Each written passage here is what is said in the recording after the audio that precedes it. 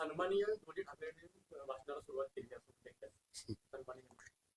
मला आठवतं महाविकास आघाडीचं सरकार असताना आमच्या सुप्रियाताईंनी एक चांगलं वाक्य वापरलेलं की अकेला देवेंद्र फडणवीस क्या करेगा. त्याचं उत्तम उदाहरण आज आपल्याला टीव्हीवर पाहायला मिळालं. जसं राजसाहेबांनी सांगितलं की जे बाळासाहेबांना जमलं नाही ते फडणवीस साहेबांनी करून दाखवलं.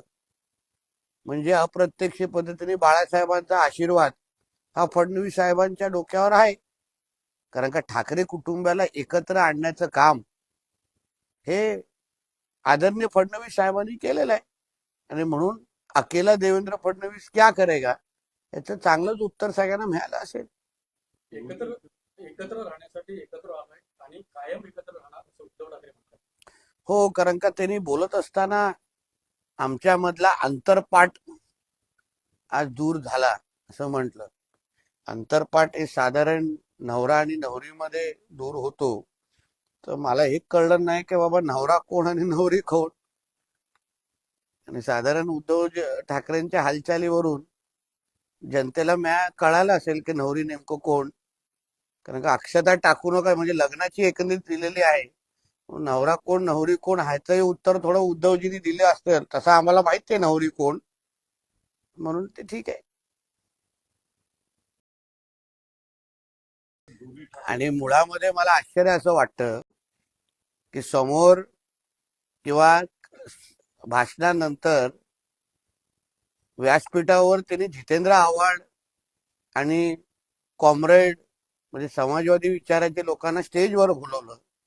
ठाकरेंच्या स्टेजवर समाजवादी विचाराचे की कॉम्रेड यांनी उपस्थित राहावं हे बाळासाहेब ठाकरेंना पटलं असतं का? एक.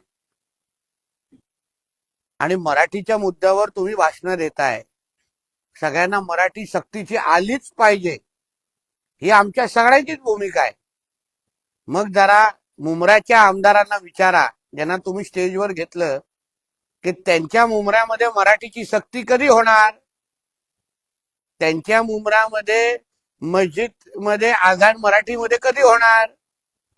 त्यांच्या मुंब्र्यामध्ये जे फेरीवाले आणि दुकानदार आहेत ते शुद्ध मराठी बोलतात का? कारण का माझ्याकडे एक व्हिडिओ आहे काही महिन्या अगोदरचा. एका मराठी मुलाला त्याला हिंदी येत नाही आणि तो मराठी बोलत होता म्हणून मुंब्र्यातल्या काही गोल टोपी आणि दाढीवाल्यांनी त्याला मारलं आणि त्याला जबरदस्ती हिंदी बोलायला लावलं. मग मुंब्र्यातल्या आमदाराला विचारलं पाहिजे होतं त्या व्यासपीठावर की तुझ्या मतदारसंघामध्ये कधी बोलायला लावणार. हे पहिलं विचारावं आणि मग मराठीचे गुणगान गावावे. दोन्ही ठाकरे एकत्र आले आगामी निवडणुकीत काही इम्पॅक्ट होऊ शकतात. 9 महिने अगोदर निवडणुका झालेल्या आहेत विधानसभेच्या.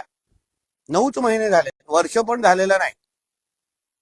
तेव्हा भारतीय जनता पक्ष आणि महायुतीला ऐतिहासिक मॅन्डेट महाराष्ट्राच्या जनतेने, महाराष्ट्राच्या मराठी जनतेने आम्हाला ऐतिहासिक मॅन्डेट दिलेलं आहे फक्त 9 महिन्या अगोदर.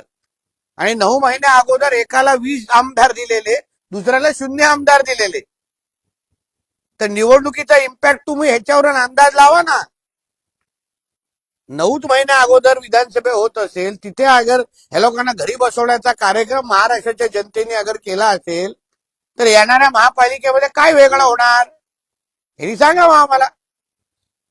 महाराष्ट्र शुरांचा आहे, वीरांचा आहे, दगडांचा आहे, पण यांच्यासारख्या किल्ल्यांचा नाही कसे. हो, आणि मग आमच्यासारखे धोंड्यांना जनतेने आज महाराष्ट्राच्या विधिमंडळामध्ये आणि मंत्रालयामध्ये बसवलेलं आहे. म्हणून महाराष्ट्राच्या जनतेच्या मनात आम्ही असल्यामुळे ना अशा पद्धतीचे वक्तव्य करून महाराष्ट्राच्या जनतेचे अपमान उद्धव ठाकरे करतायत. शेवटी त्यांची काय अवस्था झालेली आहे. ज्या राजसाहेबांना हे काय काय त्यांचे हाल करायचे, कितींदा त्यांना संपवण्याचा प्रयत्न केला, काय काय त्यांच्या अगर स्टोऱ्या आम्ही सांगत बसलो ना तर फार उद्धव ठाकरेला हे होईल.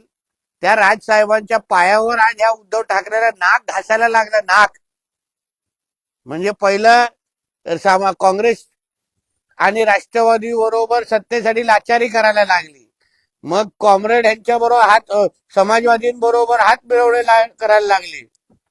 नंतर आता ज्या भावाला हे नजरेसमोर बघत नव्हते, संपवायला प्रयत्न करत होते, त्याच्यावर आता युती करायला लागली. आता फक्त PF-I आणि सीमित राहिलंय किंवा मुस्लिम लीगच राहिलंय, त्याच्यावर पण करून टाका ना. राहिलं काय तुमच्या अजून तुमच्या अस्तित्वात एवढंच आहे. वापरायचं फेकायचं हे यांची नीती. आता मी दोघे एकत्र यांना भेटणार. हो ठीक आहे, आम्ही बघा घोडा मैदान लांब नाही. हिंदू समाज हा फार बारकाईने ह्या सगळ्या गोष्टी बघतोय.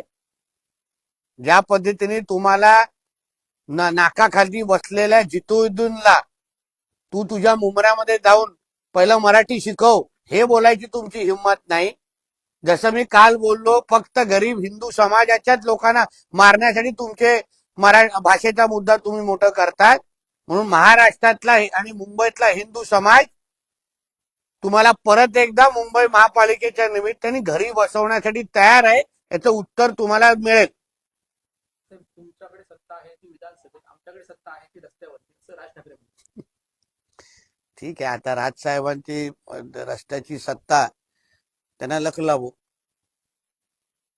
बाळासाहेबांचं स्वप्न होतं मराठी माणूस एकत्र यावा, दोन्ही ठाकरेंनी घोषणा केली. हो, बाळासाहेबांची सगळी स्वप्न, हिंदुत्व, 370, राम मंदिर आणि मराठी माणूस, हे पूर्ण करण्याचं काम हे आदरणीय नरेंद्र मोदीजी आणि आदरणीय देवेंद्र फडणवीसजीच करताय, जे ह्यांना कधीच जमणार नाही. आणि म्हणूनच तर मी सांगितलं ना, अकेला देवेंद्र फडणवीस क्या करेगा, याचं उत्तर ह्यांना मिळालं असेल. कारण की आतापर्यंत बाळासाहेब अगर आज बघत असते की आज हयात असते, तर त्यांनी देवेंद्र फडणवीस साहेबांना मातृश्री मधून बोलून मिठी मारली असती की बाबा रे, माझं घर वाचवलंस तू, माझं घर परत एकत्र आणलं, अशी मिठी मारून सांगितलं असतं. मुंबई स्वतंत्र करता येते का याची पूर्वचाचणी म्हणून हिंदू सक्ती केली जाते. असं आहे, आमच्या राज्यामध्ये मराठीची सक्ती होती. असे काही मुंबई वेगळं. आता काही दिवसा अगोदर तुम्ही आदरणीय देवेंद्र फडणवीसजींचं भाषण बघा. त्यांनी पहिल्यापासून सांगितलं होतं की आता मुंबईला तोडण्याचा डाव, मराठी माणूस, हे सगळे टेप रेकॉर्डर सुरू होणार. तसंच ते टेप रेकॉर्डर आज लागायला सुरू झालेलं आहे. आता महाराष्ट्राच्या आणि मुंबईच्या जनतेला सवय झालेली आहे. हिंदूंना फूट पाडून आज जे काही मेळावा आज विजय मेळाव्याच्या निमित्ताने घेतला गेला ना, निश्चित पद्धतीने आज मोहम्मद अली रोड आणि बहरामपाड्याने इकडे शीरकुर्मा वाटले गेले असेल, फटाके फोडले गेले असतील की देखो हम लोग ने हिंदू को तोड के दिखाया. 20 वर्षांनी मी आणि उद्धव ठाकरे एकत्र आलो. जे बाळासाहेबांना जमलं नाही, ते महाराष्ट्र करू शकला नाही, ते देवेंद्र फडणवीस यांनी करून टाकलं. मी तर आता तेच तर तुला सांगितलं. लाडक्या बहिणींबद्दल त्यांनी वक्तव्य केलं. लाडक्या बहिणीचं पोर्टल बंद झालं, नव्या नोंदणी होणार नाही तसं उद्धव ठाकरे. उद्धव ठाकरेच्या इकडे लाडक्या बहिणीचे 1500 रुपये आले नाहीत का, म्हणून कदाचित त्याला चिंता वाटत असेल. कारण आता घर त्याच्यावरच चाललं नसेल कदाचित, म्हणून त्यांनी चिंता करू नये. लाडक्या बहीण, मुख्यमंत्री माझी लाडकी बहीण योजना, हे आमच्या एकनाथ शिंदे साहेबांच्या मुख्यमंत्री कारकिर्दीमध्ये चालू झालेली योजना, ती आमच्या आदरणीय देवेंद्र फडणवीस साहेब अतिशय यशस्वी पद्धतीने पुढे घेऊन जात आहेत. ती चिंता करू नये. तुमचंही नाम लाभार्थीमध्ये गुंतवायचं असेल तर आम्हाला सांगा, तुम्ही गुंतवून जेणेकरून 1500 रुपये तरी भेटतील. उद्धव ठाकरे भाषण करताना मुख्यमंत्र्यांचं नाव न घेता त्यांना अनाची पकडलं. ठीक आहे, आता शेवटी उपमा देऊन आम्हालाही लांबून उद्धव ठाकरे अफजल खानच दिसतो, तसाच आहे. साहेब, आदित्य ठाकरे आणि अमित ठाकरे दोन्ही ज्युनियर ठाकरे यांनी एकत्र आले, त्यांनी वज्रमुठ टाकलं. बाबा, कोणाची दोन कुटुंबे एकत्र येत असतील तर चांगली गोष्ट आहे ना. आपल्याला मला असं वाटतं अजून काही चांगली कामं दिवसभरातली असतील. आज खरं म्हटलं तर बरं वाटलं पाहिजे की एक कुटुंब जे काही वर्षापासून वेगळं झालेलं ते एकत्र झालेलं आहे. गळे मिळण्याचा कार्यक्रम झालेला, आता अंतरफाट पर्यंत विषय गेलेला आहे. म्हणून पहिलं अगर कुठे युबाटाचे लोक भेटली तर त्यांना विचारा, बाबा नवरा कोण नवरी कोण आहे, त्याला मला फोन करून सांगा. चला. राज ठाकरेंनी महाराष्ट्राचे मुख्यमंत्री इंग्लिश मीडियम मध्ये शिकले, अडवाणी काँग्रेस इंग्लिश मीडियम मध्ये शिकले, अशा अनेक मुख्यमंत्र्यांचा उल्लेख केला. त्यावेळी त्याच उल्लेखाचा संदर्भ देत उद्धव ठाकरेंनी मोदी कुठल्या शाळेत शिकल्याचा प्रश्न उपस्थित केला. मोदी ज्या शाळेत शिकले आहेत ना त्या शाळेत शिकण्याची तुझी लायकी नाही. म्हणून मोदींची शाळा, मोदींची डिग्री आणि मोदींची पॉलिटिकल उंची, राजकीय उंची हे पोचेपर्यंत ना उद्धव ठाकरेला 100 जन्म घ्यायला लागतील. सर, बोले. राज ठाकरे और उद्धव ठाकरे एक हो गए, क्या इम्पैक्ट होगा आगामी चुनाव पर? देखिए ऐसा है, किसी की अगर फैमिली एक साथ आ रही होगी तो वो अच्छी बात है. मगर मुझे याद है हमारे सुप्रिया ताई सुले ने एक महाविकास आघाड़ी के वक्त एक भाषण किया था. तभी उन्होंने एक वक्तव्य किया था कि अकेला देवेंद्र फडणवीस क्या करेगा. तो आज मुझे लगता है कि सुप्रिया सुले को उसका जवाब मिल गया होगा कि आज अकेला देवेंद्र फडणवीस ने क्या क्या कर दिया है. जो बाला साहब ठाकरे नहीं कर पाए वो देवेंद्र फडणवीस ने कर दिखाया. तो ये अच्छी बात है, क्योंकि बाला साहब जी का सपना, बाला साहब जी को जिसके वजह से परेशानी हुई थी, वो परेशानी दूर करने का काम अगर हमारे फडणवीस साहब ने किया होगा तो उनकी प्रशंसा करनी चाहिए. आज अगर बाला साहब ठाकरे जी जिंदा होते तो मातोश्री में बुला के देवेंद्र फडणवीस जी को गले मिलते. उद्धव ठाकरे ने एक बयान किया है, विजय राजे से भी ज्यादा लोगों का ध्यान हमारे इकट्ठा होने पर था, दोनों पे. देखिए ऐसा है कि दो भाई अगर साथ में आते रहेंगे तो अच्छी बात है. लोग क्यों सास भी कभी बहू थी भी सीरियल इसी तरह से देखते हैं, तो वैसे और एक सीरियल आज दोपहर देखने को मिला, उसमें कोई नई बात नहीं है. हमने पहले बताया जो इम्पैक्ट की चर्चा चल रही है मराठी के मुद्दे पर, क्या लगता है आपको अगले चुनाव में? देखिए 8-9 महीने पहले ही विधानसभा का चुनाव हुआ, वहां हमको भारी बहुमत से, मतलब लैंडस्लाइड विक्ट्री जिसको बोलते हैं, उससे महायुति की हमारी सरकार आज गवर्नमेंट में बैठी है. महाराष्ट्र के मराठी लोगों ने हमको वोट करके, महाराष्ट्र के हिंदू लोगों ने हमको वोटिंग करके आज सत्ते में बिठाया है. तो 9 महीने के पहले अगर ऐसा मैंडेट मिला रहेगा, तो 1 साल भी पूरा हुआ नहीं है, सिर्फ 9 ही महीने हुए, और अगर इतना बड़ा मैंडेट हमको अगर मिला रहेगा तो उसका ही वापिस रिप्ले ये आने वाले सभी बीएमसी और अन्य चुनाव में होने वाला है. इसलिए आगे आगे देखो होता है क्या. अभी चर्चा शुरू होने जा रही है कि एनसीपी शरद पवार ग्रुप और कांग्रेस के साथ उद्धव ठाकरे, इसके बावजूद एमएनएस नेता राज ठाकरे अगले चुनाव में एक साथ जाएंगे अपने भाई के साथ, क्या लगता है? देखिए ऐसा है कि वो भाई ने क्या करना चाहिए क्या नहीं करना चाहिए वो 2 भाइयों का सवाल है. मगर कांग्रेस जैसे पार्टियों ने जिस तरीके से राज साहब के पार्टी ने भूमिकाएं ली हैं, जिस तरीके से उत्तर भारतीय और हमारे गुजराती भाइयों के ऊपर हाथ उठाने का काम एमएनएस ने अभी तक किया है, उसके ऊपर कांग्रेस की क्या भूमिका है ये उनके प्रदेश अध्यक्ष जी ने कहना चाहिए. अब राज ठाकरे और उद्धव ठाकरे एक साथ आ गए हैं, इसके लिए देशद्रोहियों को अभी अपनी अपनी कुर्सियां खाली करना चाहिए और अवराव करना चाहिए, संजय राउत. देखिए ऐसा है ना, ये दोनों के साथ में आने के बाद देशद्रोही सबसे ज्यादा खुश हुए हैं. जिनको हमारे देश को इस्लाम राष्ट्र बनाना है, वो सारे के सारे देशद्रोही आज जहां भी बैठे रहेंगे, फिर मोहम्मद अली रोड में बैठे होंगे, बैरामपाड़ा में बैठे रहेंगे, तो आज बहुत दिल से शीर खुरमा खाते होंगे कि आज हमारे लिए बहुत बड़ा दिन है. तो इसलिए देशद्रोही आज बहुत खुश होकर और अच्छी नींद सोएंगे, क्योंकि आज इस हमारे हिंदू राष्ट्र को तोड़ने का काम इस घटना की वजह से जरूर हुआ है, इतना मैं कहूंगा. दोन्ही ज्युनियर ठाकरे एकत्र एकूण वर्चस्व दाखवण्यात. तो चांगली गोष्ट आहे. आम्हाला इथून दिसलं नाही, कारण का ज्युनियर ठाकरे होते ना. सर, काल आपण स्वतः वारीमध्ये सहभागी झाला, तुझ्या आषाढी एकादशी आहे, काय सांग? बघा असा आहे, ते माझ्यासाठी फार ऐतिहासिक असा क्षण होता. वारी किंवा पंढरपूरची यात्रा ही आमच्या सगळ्या महाराष्ट्राच्या जनतेसाठी फार भावनिक क्षण असतो. जगावरून, जगाच्या कानोकोपऱ्यातून लोक वारीमध्ये सामील होण्यासाठी येतात. काल मला तो क्षण अनुभवायला भेटला. मी अतिशय भक्तिमय वातावरणामध्ये त्या वारीमध्ये सामील झालो आणि मला तो क्षण अस्मरणीय होता. म्हणजे मी कधी विसरू शकत नाही अशा पद्धतीचा तो क्षण होता आणि म्हणून मला तिथे जाण्याचं मला भाग्य लाभलं. हे मी स्वतःला नशिबान समजतो. साहेब, आपण जो आपला सावंतवाडचा ऐतिहासिक ठेवा आहे, त्या कारागृहाच्या प्रतापगंज कोसळते, आज आपण पाहणी केला, काय सांगतो? बघा, त्याच्यामध्ये जे काही एक तर ती इमारत 100 वर्षापेक्षाही जुनी ते पूर्ण स्ट्रक्चर आहे.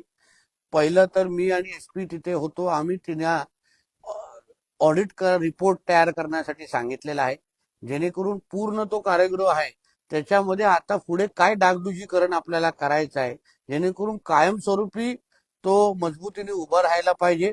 पुढचे अजून 100 वर्ष त्याला काही होता कामा नये याची काळजी घेण्याचं काम आपल्या माध्यमातून झालं पाहिजे.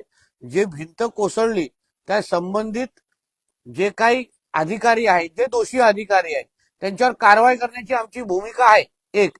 दुसरं म्हणजे पीडब्ल्यूडीच्या माध्यमातून जी काही चुका झाल्या तिथे असतील त्या बाबतीमध्ये मी त्या संबंधित मंत्र्यांशी बोलणार आहे.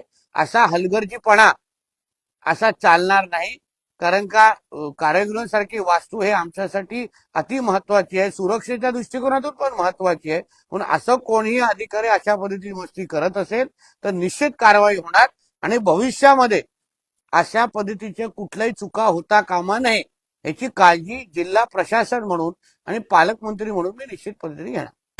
सर, जिल्हा बँकेने 6,000 कोटीचा टप्पा उघडला, एक चांगली बातमी आपल्या जिल्ह्यासाठी.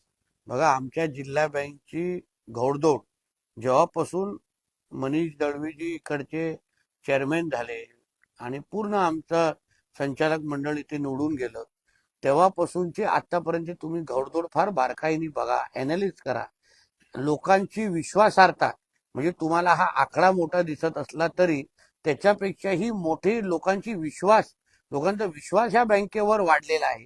शेतकऱ्यांच्या बँक बरोबर जिल्ह्याच्या विकासाच्या मध्ये फार मोठ्या प्रमाणात हातभार आमच्या जिल्हा बँकेने लावलेला आहे.